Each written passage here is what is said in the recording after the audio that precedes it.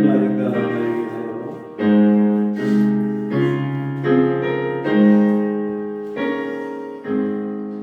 웬 마음인가 날 위하여 주 돌아가셨나.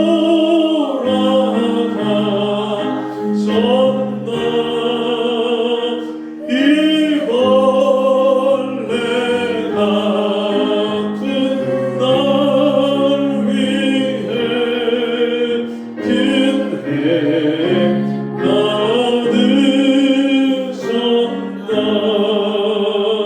내 지은 죄 다 지시고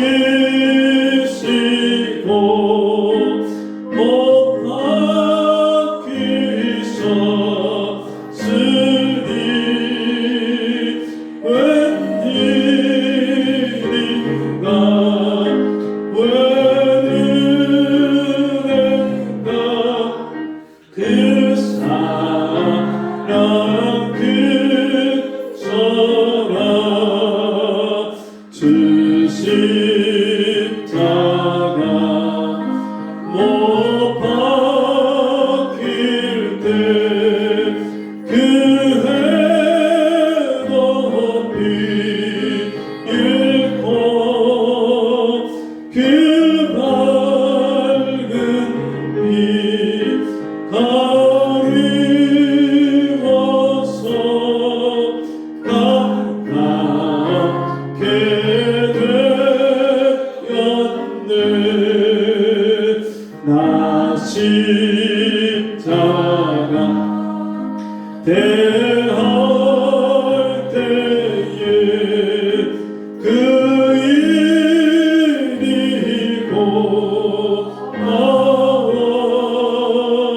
내 얼굴 감히고 들고 눈물 흘리고 가 늘 울어도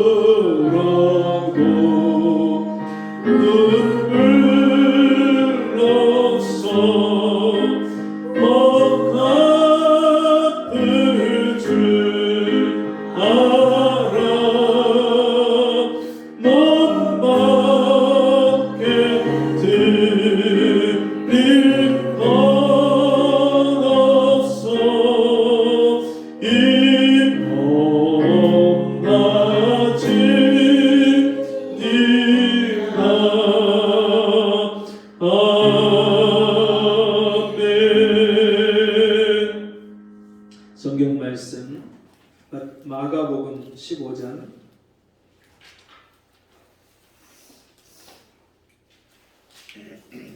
21절에서 32절 말씀. 하나님이 오늘 우리에게 주시는 말씀 마가복음 15장 21절에서 32절 말씀입니다. 우리 한 절씩 교독합니다.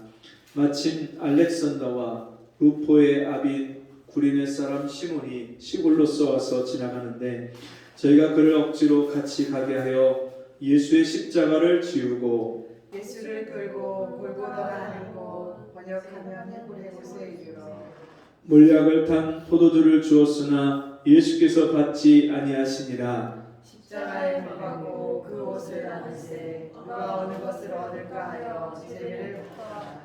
때가 제3시가 되어 십자가에 못 박으니라. 그 위에 있는 제패에 유대인의 왕이라 섰고 강도 둘을 예수와 함께 십자가에 못 박으니 하나는 그의 우편에 하나는 좌편에 있더라.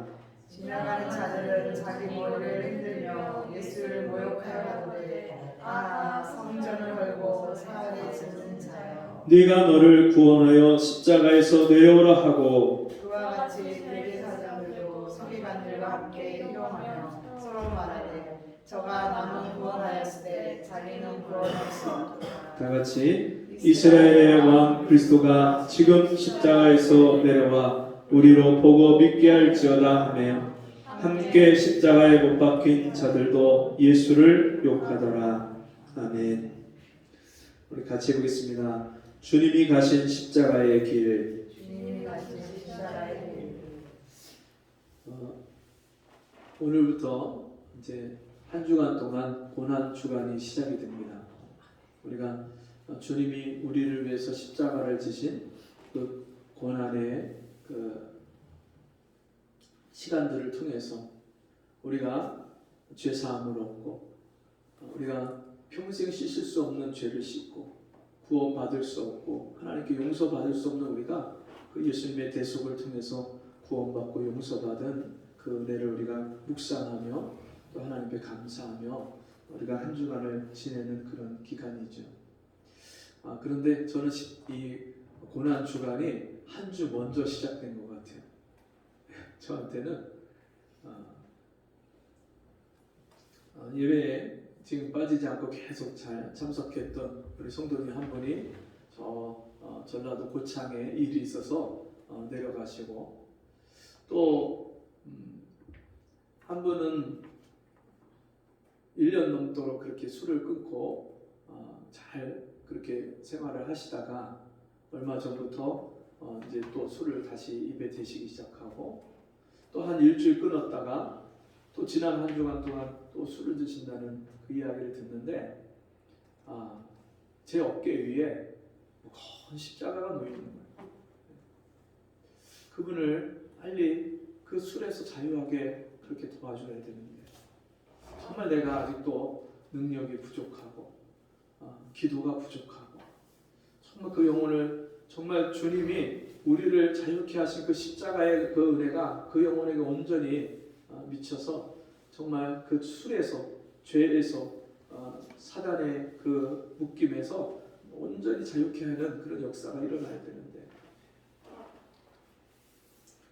또 어제는 우리 성도님 한 분이 위에 2층에서 그 욕실에서 그 물이 새면서 방이 다 여기저기 비가 오듯이 비가 새는 것처럼 그렇게 여기저기 물이 떨어져서 그 주인이 공사를 하는데 그 공사를 오늘 한다는 거예요. 오늘.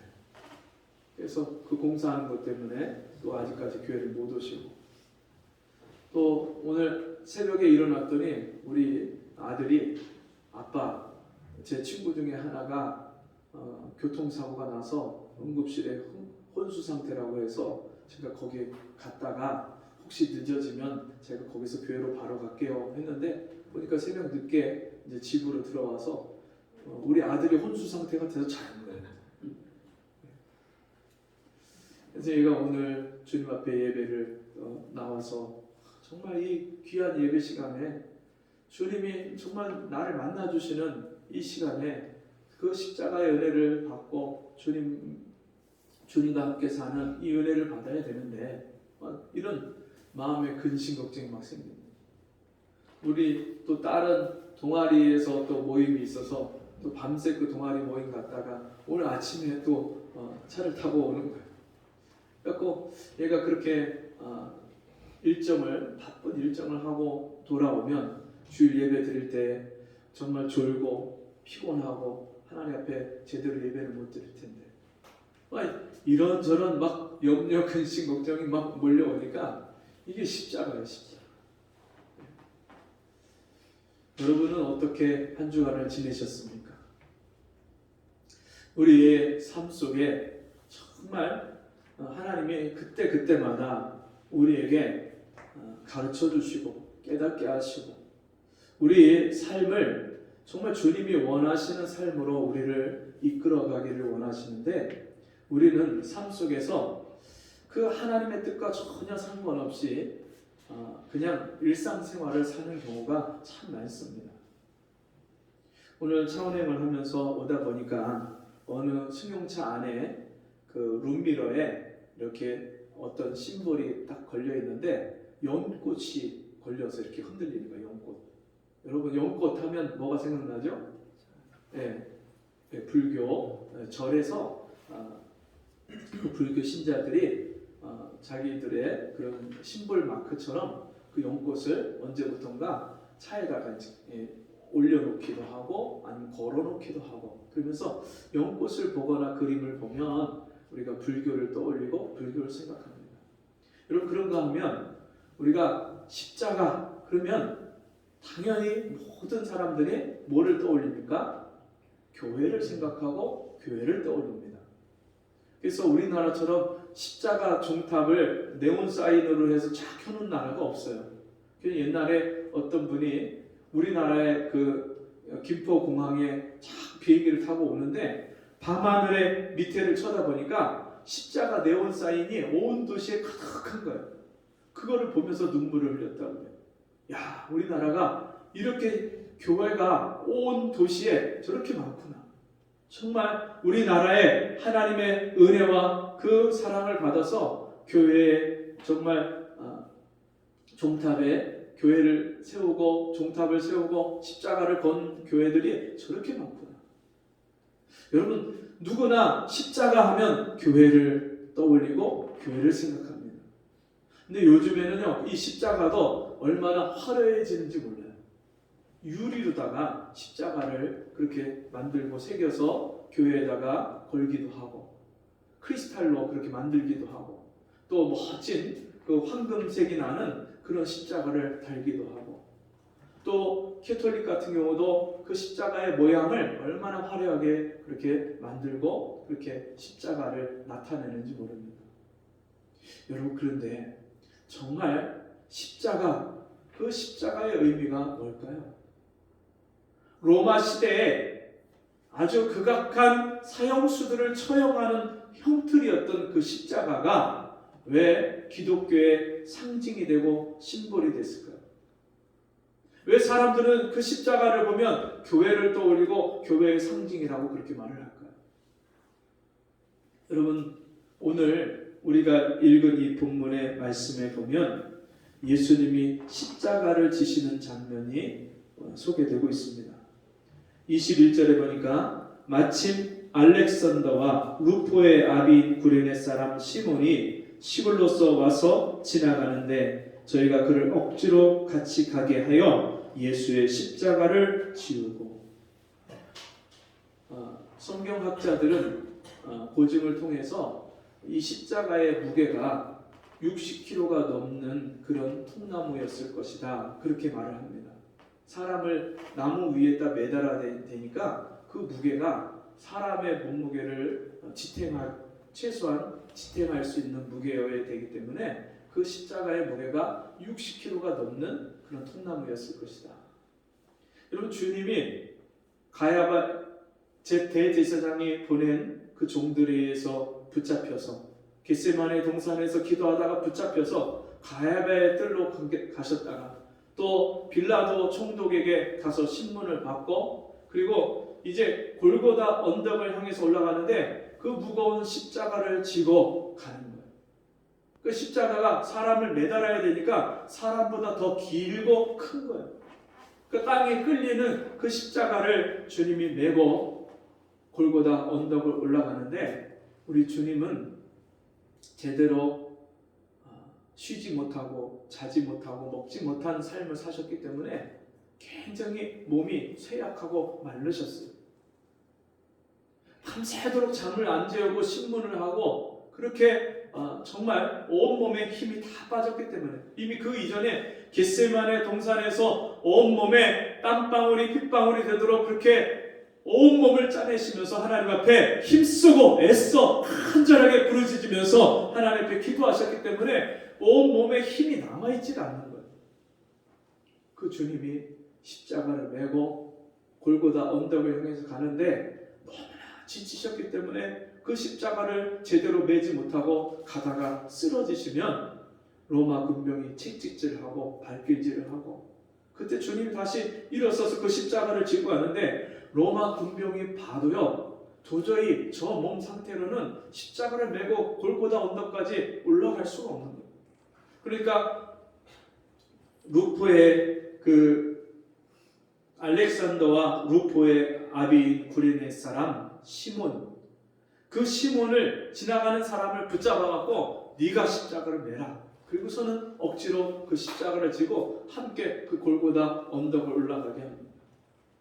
그리고 그 골고다 언덕을 다 올라가서는 이제 주님의 옷을 이 로마 군병이 다 벗겨서 그 옷을 제비뽑기해서 다 나눠 갔습니다.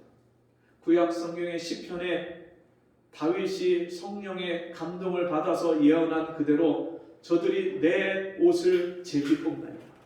개들이 나를 찢고 그리고 내 옷을 제비뽑나이다. 그 말씀대로요. 주님의 옷을 그 로마 군병이 서로 누가 가질래? 이웃 누가 가질래? 제비 뽑아서 갔습니다.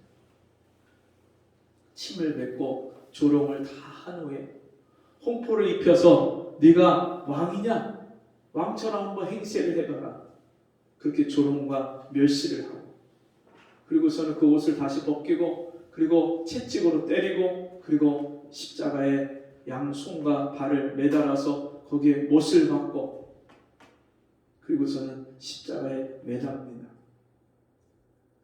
6시간이 넘는 시간 동안 주님이 그 십자가에 매달려 있는데 그 십자가는요 온몸에서 이 피가 다 새어 나오면서 이 목이 타는 듯한 그런 목마름을 그런 고통을 겪게 하는 것이 이 십자가입니다.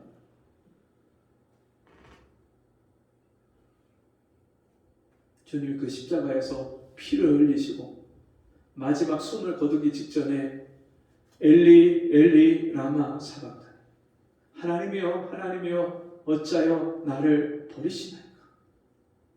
하나님 아버지를 향해서 나를 어떻게 버리십니까?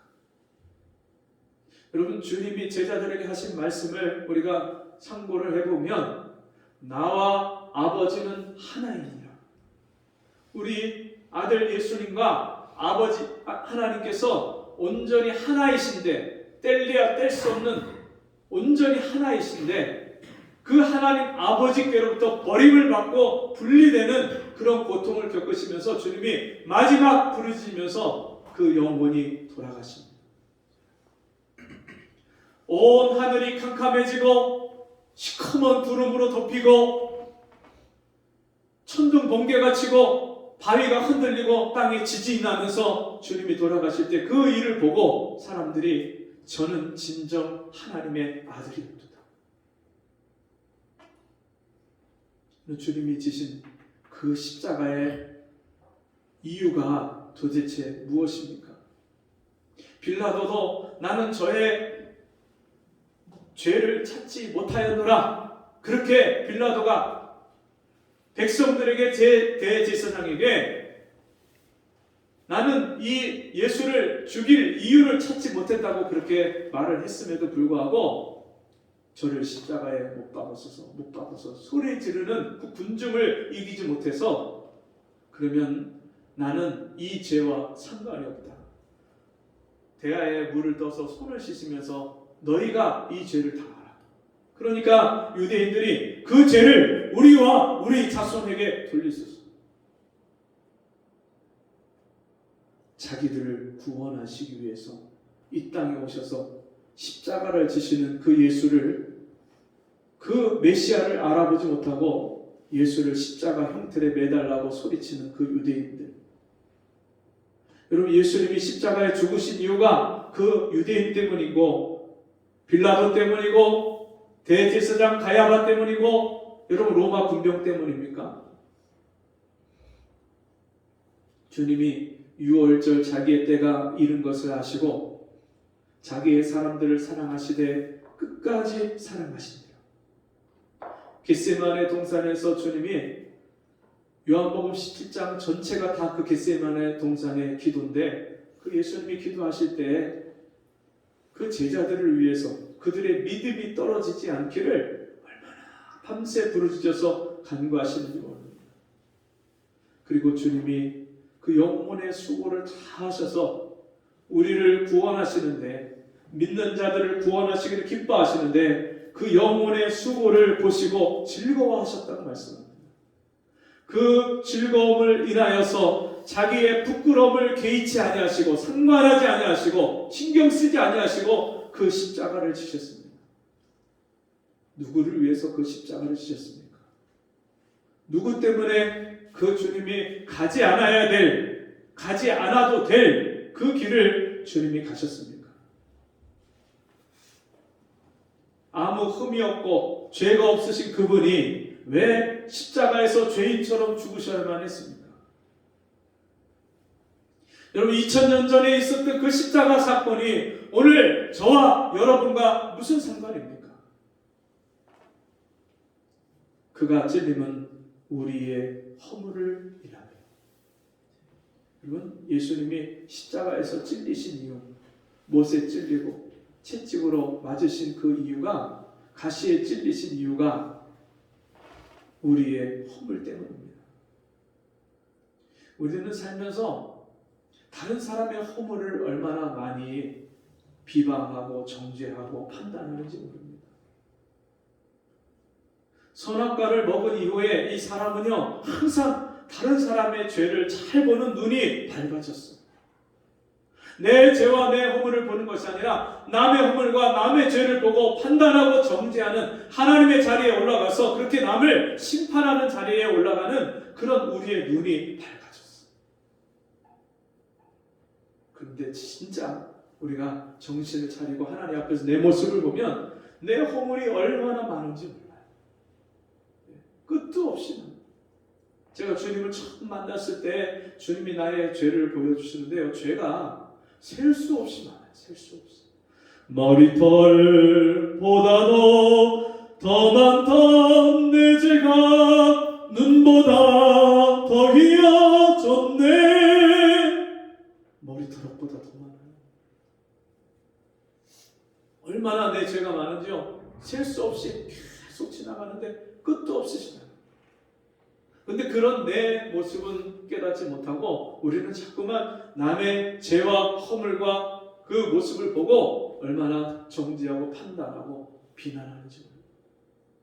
여러분, 우리는 내 죄 플러스에서 남을 정죄하고 판단하는 죄까지, 외식하는 죄까지 다 갖는 그런 죄인들. 예수님이 십자가에서 이런 죄인을 위해서 죽으신 거예요. 이런 죄인 때문에 찔리신 거예요. 그가 상함은 우리의 죄악을 인하며.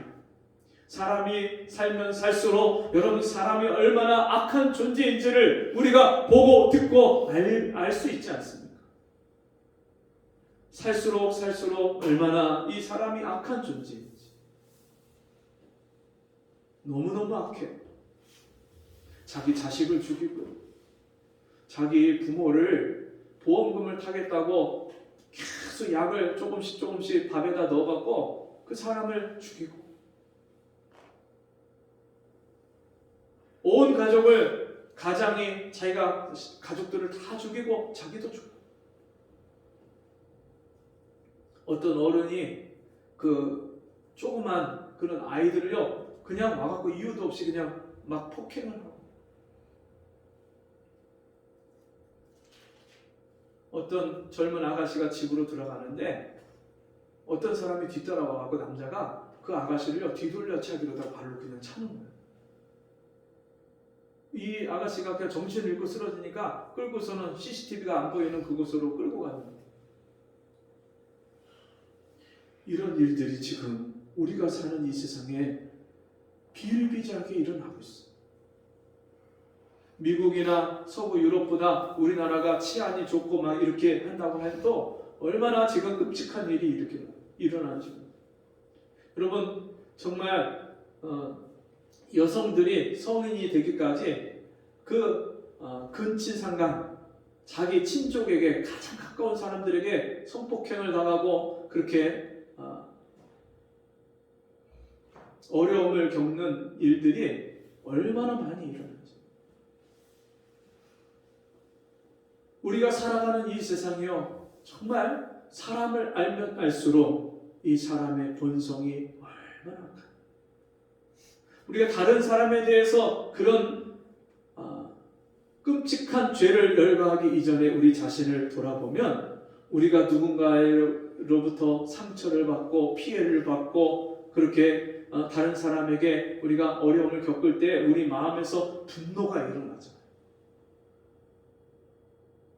진짜 우리가 칼이나 흉기를 안 들었을 뿐이지 다른 사람을 마음으로 미워하고 정죄하고 죽일 때가 얼마나 많습니까? 우리도 얼마든지 그런 극악한 상황 가운데 놓이면 그보다도 더 끔찍한 일을 행할 수 있는 그런 죄인들이에요. 어려서부터 부모에게 사랑받지 못하고 상처받고 다른 사람한테 계속 피해를 입고 그렇게 트라우마를 겪은 사람은요, 자기 자신을 통제하지 못해요. 어떤 순간이 되면 그 자기 안에 있는 분노가 쏟아져 나옵니다.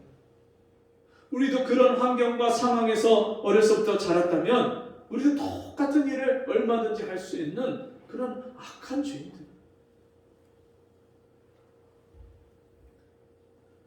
독일 히틀러가 유대인들을 학살하고 6.25 전쟁에서 수많은 양민들을 학살하고 중국에서 그런 혁명이 일어날 때 얼마나 많은 사람들을 홍위병들이 그렇게 죽이고 잡아 죽이고, 지금도 전쟁에서 얼마나 많은 사람들을 죽이는 일들이, 끔찍한 일들이 일어납니다. 중동에서 여러분 정말 그 율법을 따르지 않았다고 해서 여인들을 그렇게 막 비참하게 공개 처형을 하고, 이런 모든 우리의 죄악을 주님이 용서해 주시고 구원하시려고 주님이 채찍에 맞으시고 돌로 맞으시고 온몸이 상하고 옆구리에 창을 찔리시고, 주님이 우리의 그 모든 죄악을 사하시기 위해서 그 모든 고난을 당하셨습니다. 여러분, 우리가 살아가는 이 세상에 얼마나 많은 질병이 있습니까? 어제 나와서 어린아이를 데리고 우리 교회에 나온 지 얼마 안 된 성도님이 같이 함께 전도를 하고 가셨어요. 근데 몸이 좋지 않은 상태에서도 나와서 그 어린아이를 데리고 저는 아장아장 걷는 그 애를, 손자를 데리고 나와서 같이 전도하시고서 몸에 몸살이 나갔고 어제 밤에 열이 39도 40도까지 올라갔대요. 그래서 오늘 교회를 나오려고 했는데 도저히 못 나오겠다고 아침에 통화를 하면서 그 연약한 그 몸을, 육신을, 질병을 이기지 못하는, 여러분 우리 삶을 돌아보면 이런 질병이 우리를 찾아올 때가 얼마나 많습니까? 내가 원치 않는 질병. 사람이 살면서요, 이런 일들이 수없이 일어나요. 그 아기는 지지난주에 이 아이가 소파에 올라갔다가 떨어져갖고 거꾸로 박혔는데 장난감 그 자동차에다가 얼굴 여기 눈 있는 데를 긁혀갖고 진짜 순간순간 사고가 일어나고 질병이 있고, 연세 드신 분들 다 무릎 아프고 허리 아프고 다리 아프고 몸에 성한 곳이 없어요. 인생을 살면 살수록 우리 몸은요 늙고 쇠약하고 병들어가는, 사람이 아무리 건강을 유지하려고 애를 써도 이게 내 마음같이 내 몸을 관리하기가 쉽지가 않아요. 좀 살을 빼고 성인병 예방도 하고 좀 관리를 해야지, 운동을 해야지 하는데 이게 만만한 게 아니에요. 아무리 우리가 좋은 음식을 먹고 운동을 하고 몸 관리를 한다고 해도요, 내가 통제할 수 없는, 내가 다스릴 수 없는 그런 질병과 사고가, 육신의 고통이, 아픔이 얼마나 많이 우리에게 찾아옵니까? 그런 우리의 연약한 육신을, 또 정신적인 질병, 트라우마, 공황장애, 우울증, 피해망상증, 고소공포증, 이 정신적인 그런 질병과 육신적인 질병, 영적인 질병, 모든 것들을 주님이 치료해 주시기 위해서 우리를 낫게 하시려고 주님이 채찍에 맞으셨습니다. 여러분, 우리가 이 땅을 살면서 아무리 돈이 많아도 우리 마음에 평안이 없으면 여러분 인생을 사는 게 행복하지가 않아요. 괴로워요. 일은 잘 되고 성공하고 남들이 부러워하는데 이 마음은 점점 가면 갈수록 더 괴로운 거예요.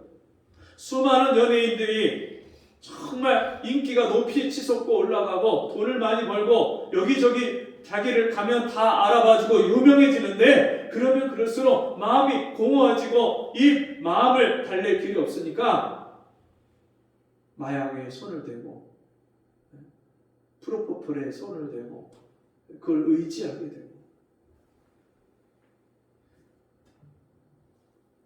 마음의 평화가 없고 안식이 없어요. 늘 불안하고 쫓기듯이 살고 바쁘고 분주하고 안정이 안 되고 얼마나 많은 사람들이 일상생활을 살면서 계속 그런 여러 가지 그런 우리를 힘들게 하고 신경 쓰이게 만들고 스트레스를 받게 하고 이런 일들 모든 것들을 우리가 해결할 수 없고 우리가 그 모든 문제를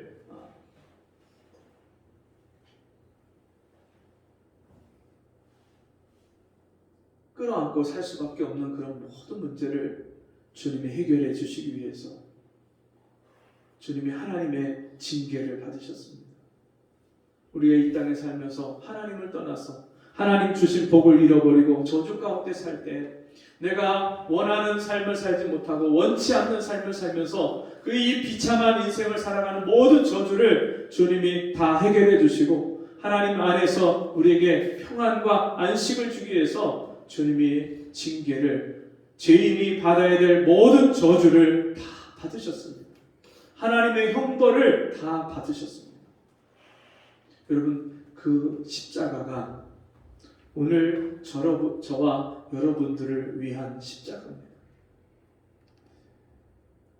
그 십자가를 지고 주님이 가실 때 주님은요 수많은 사람들부터 멸시와 천대와 조롱을 받으시는데 네가 메시아면 너 스스로를 구원해봐라. 여러분 주님이 능력이 없어서 십자가를 지시고 능력이 없어서 그 로마 군병에게 붙잡혀서 그 십자가에 달려 돌아가신 것이 절대 아닙니다.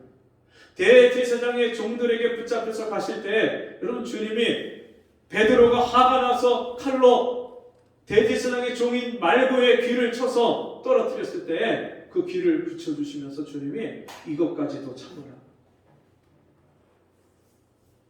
검을 쓰는 자는 검과 함께 망한다.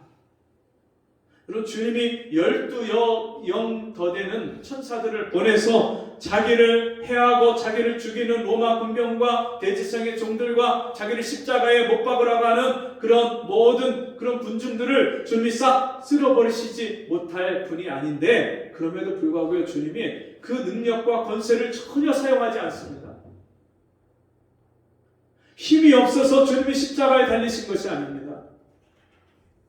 저와 여러분을 사랑하셔서 우리를 구원하시기 위해서 주님이 그 십자가를 지지 않아도 되는데 지지 않으면 이 세상 죄인을 구원할 길이 방법이 없기 때문에 여러분 주님이 십자가를 진 것 외에 다른 이 세상 죄인을 구원하는 길이 있었다면 하나님이 굳이 자기 아들을 십자가에 내어주실 이유가 없습니다. 오직 그 길밖에 없기 때문에 주님이 그 길을 가셨습니다. 고난의 길을 가셨습니다. 하늘 영광과 보좌를 버리고 하나님의 권세를 사용하지 않고 그 권세와 능력을 포기하고 그 십자가의 길을 가셨습니다. 여러분 저와 여러분을 위한 그 십자가의 주님을 여러분 믿으십니까? 나를 위해서 그 고난의 길을 그 죽음의 길을 가신 그 주님을 여러분 믿으십니까? 여러분 어떻게 주님은 그 십자가의 길을 갈 수 있었을까요? 그것은 그 십자가의 길은 고난의 길인 동시에 영광의 길입니다. 여러분 그 십자가의 고난이 없었다면 주님이 그 부활의 영광을 맞이할 수가 없는 것처럼 여러분 주님이 그 십자가의 길을 갈 때에 그 십자가의 고난을 통해서 구원받을 우리를 보시고 주님이 즐거워하시고 기뻐하시면서 그 길을 가셨다고 말씀합니다. 현재 받는 고난은 장차 받을 영광과 좋게 비교할 수 없느니라. 주님이 부활하신 후에 하나님 보좌 우편으로 올라가시면서 그 아들에게 모든 권세를 다시 주신 그 아버지 앞에 영광을 돌리고 그 주님이 이 땅에 심판의 주로 오실 겁니다. 그 주님이 영광의 길을 바라보시면서 그 고난의 길을 순종하시면서 그 길을 가셨습니다. 그가 아들이시라도 받으신 고난으로 순종함을 배워서 온전하게 되었은즉 자기를 순종하는 모든 자에게 영원한 구원의 근원이 되시고, 여러분, 하나님의 아들이신 그분이 아버지 앞에 순종함으로 온전하게 되셨다는 말씀은 이 세상 죄인을 구원하셔야 되는 그 사명을 온전하게 이루셨다는 말씀입니다. 여러분, 우리가 그 예수를 믿는다면 오늘도 그 주님이 가신 길을 따라가야 될 것입니다. 주님이 자기를 믿는 제자들에게 이렇게 말씀합니다. 아무든지 나를 따라오려거든 자기를 부인하고 자기 십자가를 지고 나를 쫓을 것입니다. 여러분, 주님이 가신 그 길을 우리도 따라가야 진짜 나를 위해서 십자가를 지신 그 예수를 믿는 사람인데, 주님이 가신 그 길을 우리가 가는 것은 자기를 부인해야 갈 수 있는 겁니다. 예수님이 겟세마네 동산에서 아버지여 할 수만 있거든 이 잔을 내게서 옮기시옵소서. 그러나 내 뜻대로 마옵시고 아버지의 뜻대로 되기를 원하나이다. 자기를 부인하시고 그 겟세마네 동산에서 온전히 자기 뜻을 육신의 연약함을 가지신 그 주님이 육신의 생각을 다 버리시고 아버지의 뜻에 순종하신 것처럼, 여러분, 우리가 이 주님 가신 길을 가는 것은 자기 일을 부인하고 자기 뜻을 포기하고 버리는 삶입니다. 나를 부인하는 것, 이게 참 말은 쉬운데 매일매일 부인하는 거예요. 매일매일. 어저께 내가 주님 말씀에 순종해서 살았어도 오늘 내가 주님 말씀에 순종하지 않으면요, 이 길을 갈 수가 없어요. 우리 인생에 얼마나 우리가 내 뜻대로 내 마음대로 사는 것이 편한지 모릅니다. 주님 따라가는 이 길은 좁은 문이고 생명의 문이고 생명의 길입니다. 많은 사람들이 그냥 예수 믿는데, 교회 다니는데 쉽고 편하게 그렇게 믿기를 원해요. 적당하게 교회도 다니고 적당하게 복도 받고 적당하게 봉사도 하고 쉬운 길이 우리에게 있다고 생각을 하지만, 여러분, 주님을 따라가는 길은 절대로 쉬운 길이 아닙니다. 모든 사람이 가는 길이 아닙니다. 어떤 사람이 예수님께 나왔습니다. 선한 선생님이여, 내가 무엇을 하여야 영생을 얻겠습니까? 왜 나를 선하다 하느냐? 선하신 분은 아버지, 하늘에 계신 아버지 한 분뿐이다. 그러면서 네가 계명을 안 하니 살인하지 말라, 간음하지 말라, 도적질하지 말라, 속여 취하지 말라, 거짓 증거하지 말라 하였느니라. 선생님이여, 내가 이것은 어렸을 때부터 다 지켰나이다. 그러나 너에게 한 가지 부족한 것이 있는데 내 가진 소유를 다 팔아 가난한 자들에게 나눠주고 너는 와서 나를 쫓아라. 이 사람은요, 자기에게 있어서 목숨보다 가장 소중하고 중요했던 것이 물질이에요. 돈이에요. 자기 재산을 이 세상에서 가장 귀한 가치로 여기고 있는 사람이에요. 그런데 그 사람한테 돈을 포기하라, 물질을 포기하라는 이 말은요, 죽으라는 말과 뭐가 다르겠어요? 여러분, 십자가는 죽는 길이에요. 근데 죽어야 사는 길이에요. 죽지 않으면 살 수가 없어요. 근데 살고자 하면 죽고 죽고자 하면 산다 말씀하신 것이, 여러분, 우리가 육신대로 편안하게 쉽게 이 세상에 이 육체의 생명을 더 소중하게 여기고 그것을 전부로 여기고 사는 삶은 언젠가 죽음과 함께 다 끝나는 거예요.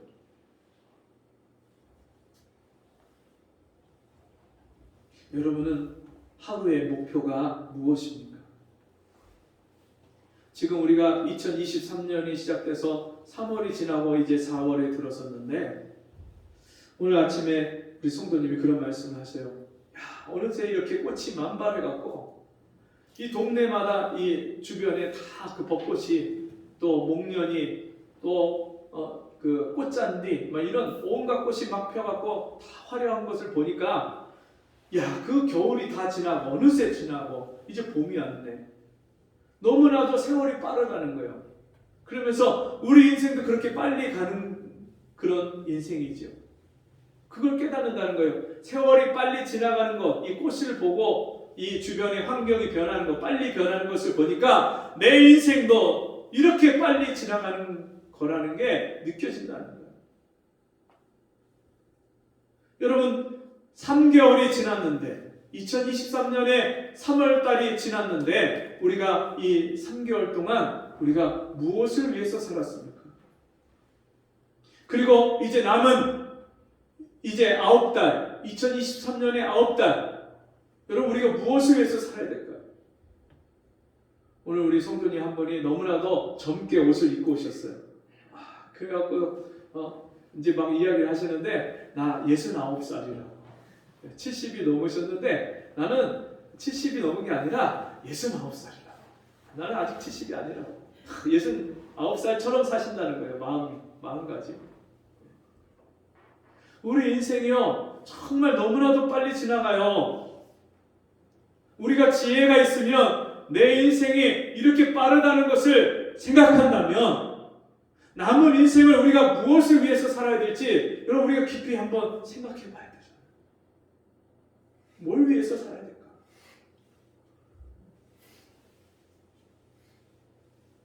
여러분 가장 가치 있는 삶이 뭐예요? 가장 가치 있는 삶.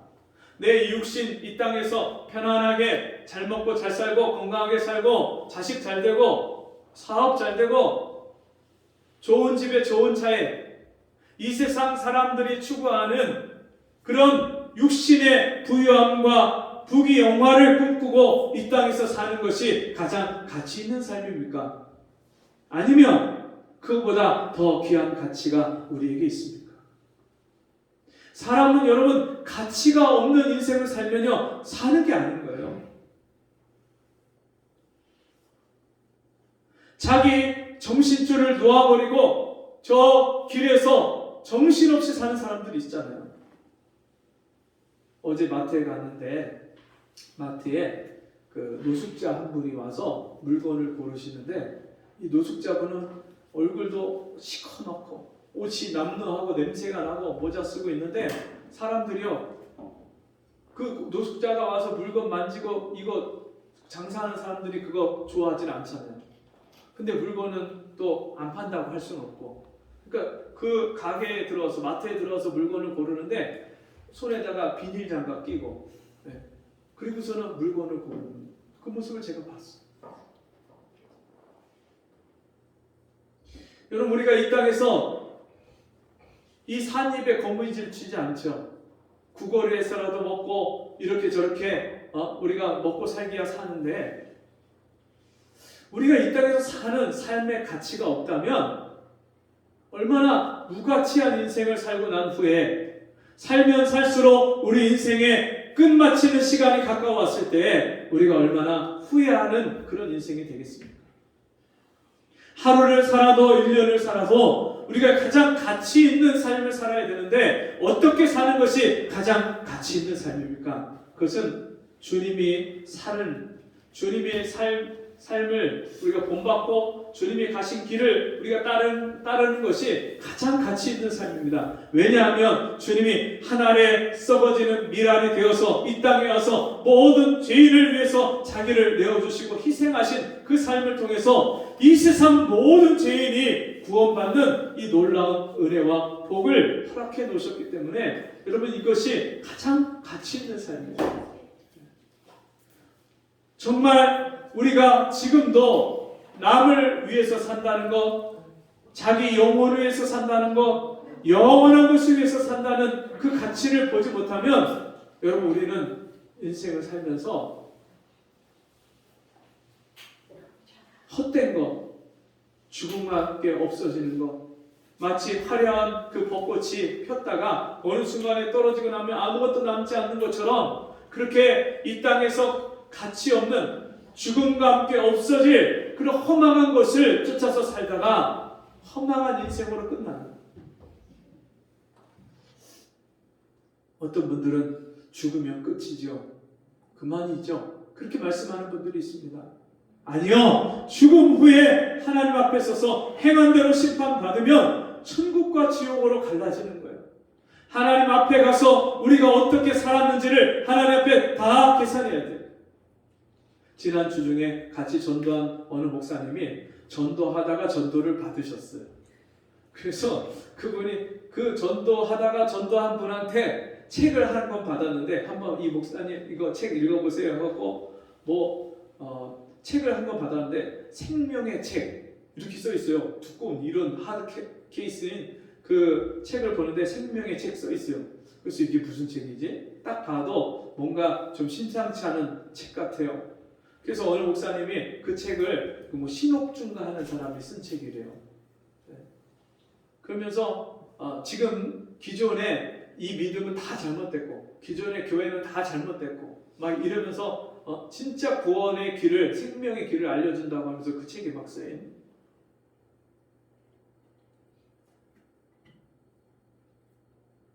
여러분 우리의 이름이 하나님 앞에 가면 두 가지 책에 한 곳에 우리의 이름이 쓰여지는데 하나는 생명의 책이 있고요.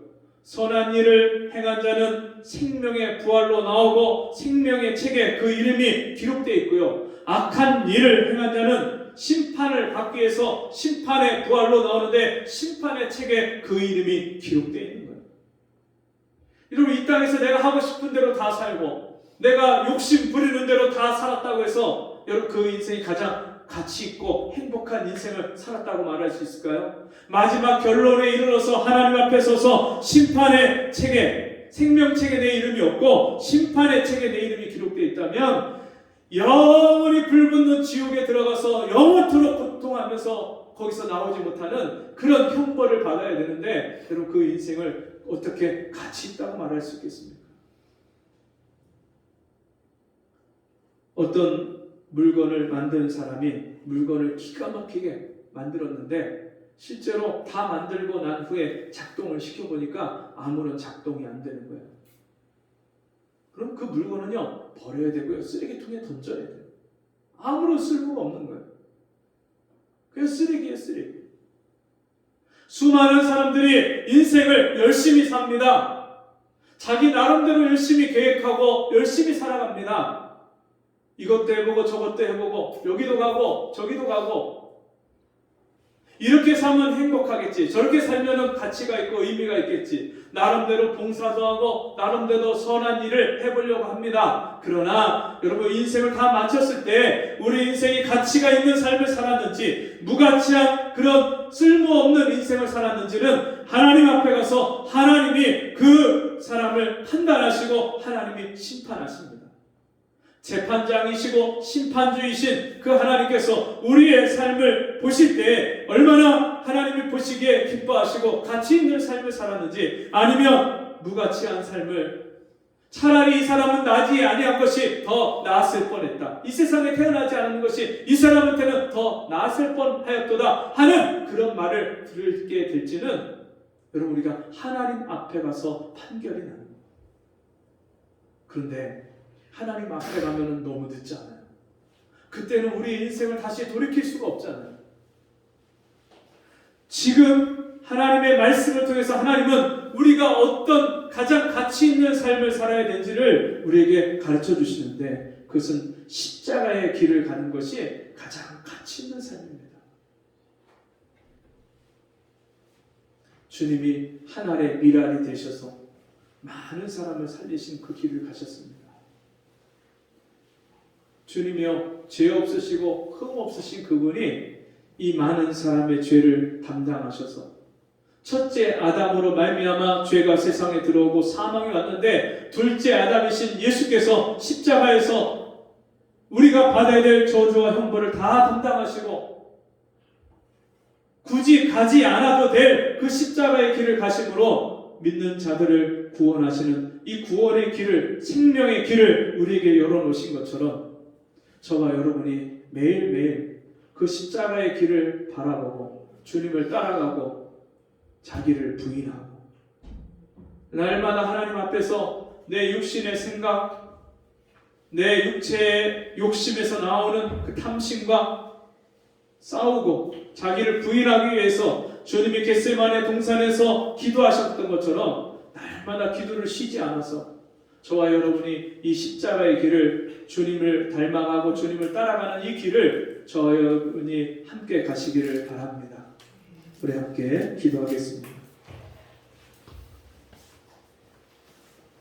주님은 십자가를 통해서 하나님과 원수된 우리를 화목하게 하시고 하나님의 자녀로 우리를 삼는 이 길을 열어놓으셨습니다. 하나님 아버지, 내가 아직도 이 십자가의 길을 알지 못하고 또 이 십자가의 길을 알면서도 가기를 싫어하고 가지 아니했던 어리석음을 용서해 주시고 좁은 문으로 들어가기를 힘쓰라. 멸망으로 인도하는 문은 크고 그 길이 넓어 그리로 들어가는 자가 많고 생명으로 인도하는 문은 좁고 그 길이 협착하여 찾는 이가 적음이라 하였사오니 우리가 멸망의 길을 가지 아니하고 생명의 길을 가기를 원합니다. 우리 성도들 날마다의 삶 속에서 이 생명의 길을 따라가게 도와주시고 자기를 부인하기까지 하나님 말씀으로 쳐서 자기를 깨뜨리고 하나님 말씀에 우리의 마음을 쏟아서 기도하고 그 말씀을 붙잡고 기도함으로 날마다 이 생명의 길을, 십자가의 길을, 고난의 길을, 영광의 길을 함께 가는 우리 성도들이 될 수 있도록 도와주시옵소서. 예수님의 이름으로 기도하옵나이다. 아멘.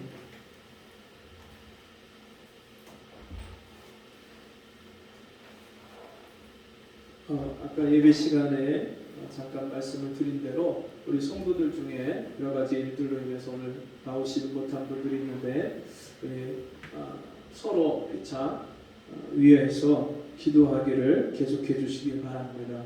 그래서 믿음으로 서서 주님을 따라가는 길이 주변의 성도들이 함께 돕고 붙잡아주고 기도해 주지 않으면 갈 수 없는 길이기 때문에 여러분 계속 위에서 생각나실 때 기도해 주시고요. 다음 주 4월 9일 부활 감사 예배입니다. 세례식이 함께 있고요. 세례를 앞두고 있는 우리 성도님들 세 분을 위해서도 함께 기도해 주시기 바랍니다. 그 자리에서 일어나셔서 참 우리 박수보 선교사님, 우리 하송 그 명의 박수보 선교사님이고 박현수 선교사님을 같이 오셔서 함께 예배하셔서 감사드립니다.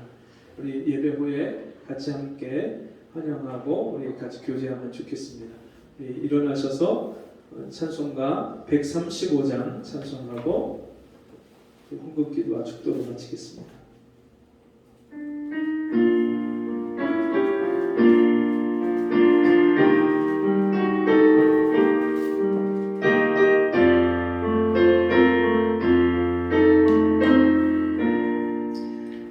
갈보리 산 위에 십자가 섰으니 주가 고난을 당한 뼈라. 험한 십자가를 내가 사랑하는 주가 보혈을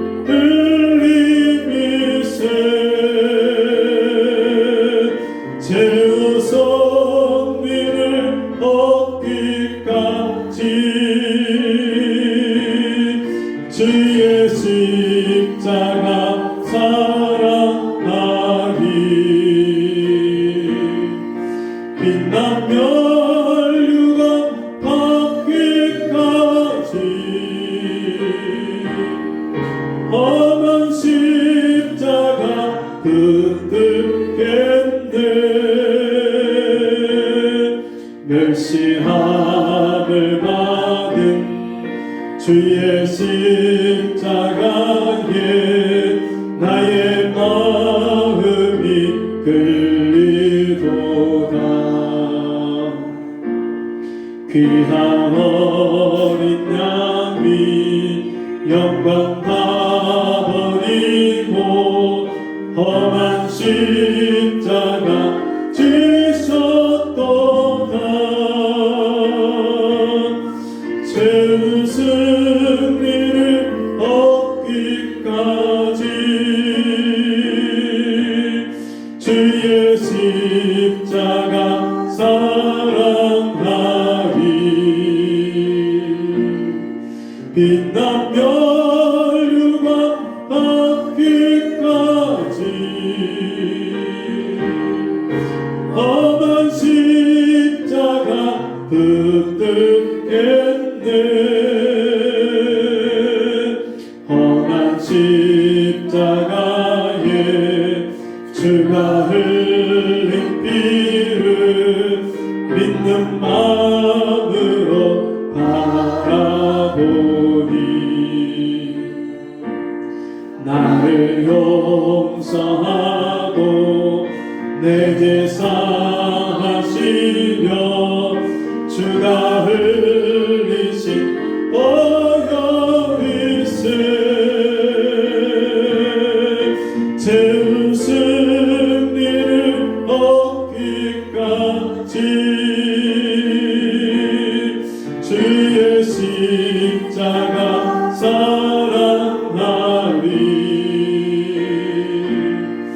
빛난 멸류관 받기까지 험한 십자가 붙들겠네. 주가 예비하신 나의 본향집에 나를 부르실 그날까지 험한 십자가를 항상 당해지고 내가 죽도록 충성하리. 죄의 승리를 얻기까지 주의 십자가 사랑하리. 빛난 멸류관 받기까지 험한 십자가 붙들겠네.